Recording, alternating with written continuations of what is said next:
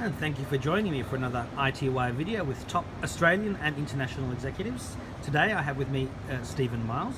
He's the Chief Technology Officer for CA Technologies in the APJ region. Welcome to the program. Good afternoon.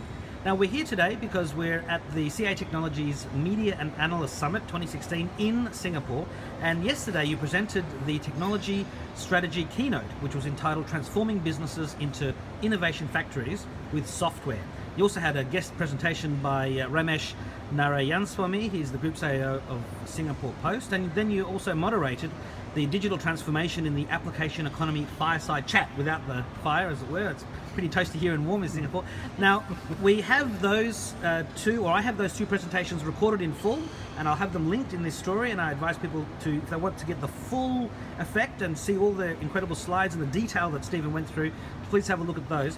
But can you just give us and we've got some questions in a moment, so you'll go into more detail there, but just can you give us a quick wrap of what those two sessions were about for those who might only be able to watch this video, for example? Sure. Indeed, and look, we focused really on the fact that the application economy that we talk about is really in full tilt. Disruption is a force of innovation, not something to necessarily fear. We talked about companies using it to build and drive new business models, and we talked about the reality of needing to think about your business as a software business, and how do you turn that into a full-blown, if you will, innovation factory. Sure. Required because essentially the rules have changed in the application economy. Time to market is everything. Customers are in control, not us as businesses. Yeah. We have this on-demand culture about wanting it now and wanting it the way they yesterday. want it. Wanting it yesterday, indeed. And just that experience being everything, not just in terms of green and amber lights, but just evaluating the customer journey end to end, making sure it's rich, making sure it's meaningful, and making sure it's relevant. And making sure it's tested before the customers get to see it, so that they're getting Absolutely. the quality experience from the word go, rather than being your beta testers, which you never really, maybe unless you're Google, you never want your customers to be that, because they unless you invited them specifically, people expect it to be working, and they get. I think we're talking about with Richard Gerdes about how the number one cause of one-star reviews for apps is crashes, and people hate that. So, indeed, and then different experience people will not tolerate, and as we say, delight your customers, or be prepared to see them leave. Sure, and we saw the presentation from the Group CEO of Singapore Post about how Singapore Post has actually also themselves become this innovation hub, and they're able to expose their logistics APIs to startup businesses, and they were an example of trying to transform themselves, especially with the volumes of physical mail going down, of sort of some of CA Technologies' ethoses in action. And they must be one of your customers too. Exactly, and they're a great example of what companies are doing, are going through to respond. Yeah. We all love to read about the unicorns, the companies that are digital first and cloud natives, who have disrupted our business, in my opinion, for the better. We won't talk so much about those, but we're really going to talk more today, and what I was sharing during the course of the media event yesterday, around how the classical enterprise is responding. Sure. And the technologies which are available to them that are enabling them to respond, and some of the new architectures and methodologies that they're employing to really fight back and really sort of not just think about surviving, Alex, but thriving in the application economy. And one of the things you spoke about to make all this happen was microservices. Indeed. So what is the definition of microservices? And please explain that concept to us, because people might think of microservers or micro, but this is microservices. Indeed. Microservices is really just a fresh approach, if you will, to look at breaking down those monolithic core applications into more modular, more independent, more loosely coupled components, typically very API connected, and very tuned, if you will, for a continuous integration, continuous delivery environment, which really suits the ways in which companies need to think about being more agile, delivering at speed, and baking that quality into what they build much earlier in the cycles. And presumably also reusing some of the microservices components in other areas, in other projects. Yeah, indeed. The attraction of a microservices approach is it's the components are completely independent. One microservice component doesn't really know too much about the other. They're independently composable and they're equally independently replaceable. Sure. I mean, so it's modular in a way. Indeed. So if one part isn't working particularly well or a customer doesn't like it, you can change it without impacting the rest of the application Sure. or the services you're providing. Now they clearly sound like the way forward. So a company's going to adopt this immediately, or are they investigating it? Do they need more education as to what it's about, or are they getting it? Yeah, it's not quite like flicking a switch. I'm sure some companies wish it was. Yeah. In reality, it's a journey, and companies are going to move off their monolithic applications in a process. We're going to be looking at hybrid environments typically, as companies think about refactoring various components of their monolithic app, breaking off the parts that make the most sense, and putting that into a microservices structure. And yes, over time you're going to get experienced with it, you're going to get to understand what's best to partition off, and more of the components will be microservices centric and less will be core. Sure. And how ready is the APJ region for this change?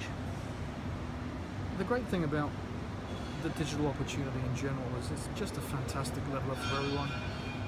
Businesses, old, new, small or large, it doesn't matter. Everybody's got a brand new opportunity. It's a new level playing field. It's a new level playing field. And I think companies embracing a microservices architecture and accelerating their journeys and building those hybrid environments, I think they're going to see great success. I think they're going to speed up what they do, and I think they're going to bring better, more relevant applications to their customers. Sure. Now, we've also got the issue of this falling oil prices, and inevitably there'll be rising oil prices again. We were worried about rising oil prices a couple of years, now it's falling. And I mean, we also have this uncertain economic outlook, which seems to have been with us since the GFC. So, is this going to cool the appetite for spending on digital transformation programs, or is it going to accelerate it as people look for ways to stay ahead of this changing curve? I think in the past you could have made quite a tight correlation between economic uncertainty and spending cooling less on IT. Yeah. But we're in a different era where I think, and we spoke about this at the event, where it's not optional in terms of business survival. Yeah, the digital opportunity means it's not optional, and your business is being undermined by competitors. And companies clearly need to keep spending. The solutions that got them here today are not the solutions that will get them where they're going to go tomorrow. That's right. I mean, it's a famous business maxim. That's right. But perhaps they need to spend differently. Yeah. And perhaps the priority over where they spend may change. They may look at different models in terms of insourcing, outsourcing, how the development community helps them, how much they use the cloud, for example. These things will definitely play a major role in the decision. I'm thinking insourcing, outsourcing, and microservicing. Microservice. Sorry. It's crazy. Yes, you can have your cake and eat it. Yeah. So, what are the priorities for companies to address, and where are they starting at the moment?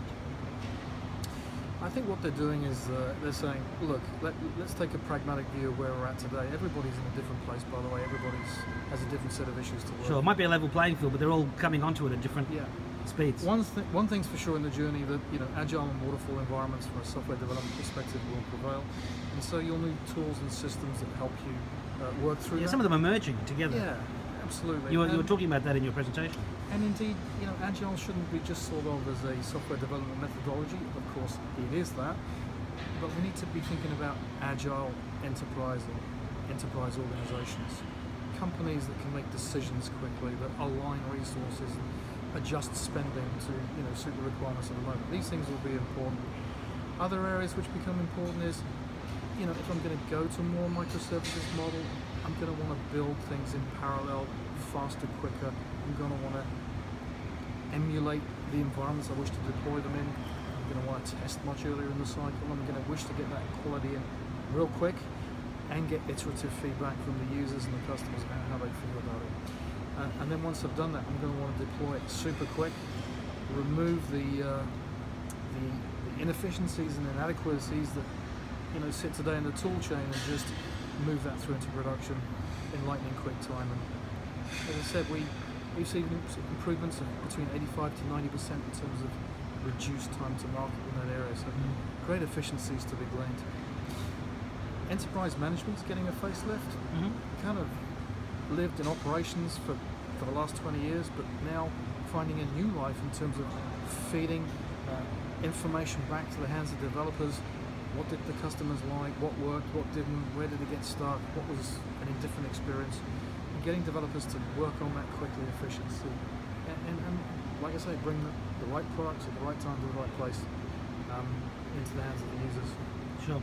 Now, and of course, the full videos have all the detail that for those who want to dive more deeply into everything you've spoken about, and I'll link to those. But also, I'll link to this time that we spoke last time on the role of 5G empowering the app economy. Now, since that interview, I think mid last year sometime, there's been a lot of 5G news, but there's also been a lot of 5G news even just this week, thanks to the MWC Mobile World Congress in Barcelona. Indeed, yeah. So what updates are worth sharing in this area?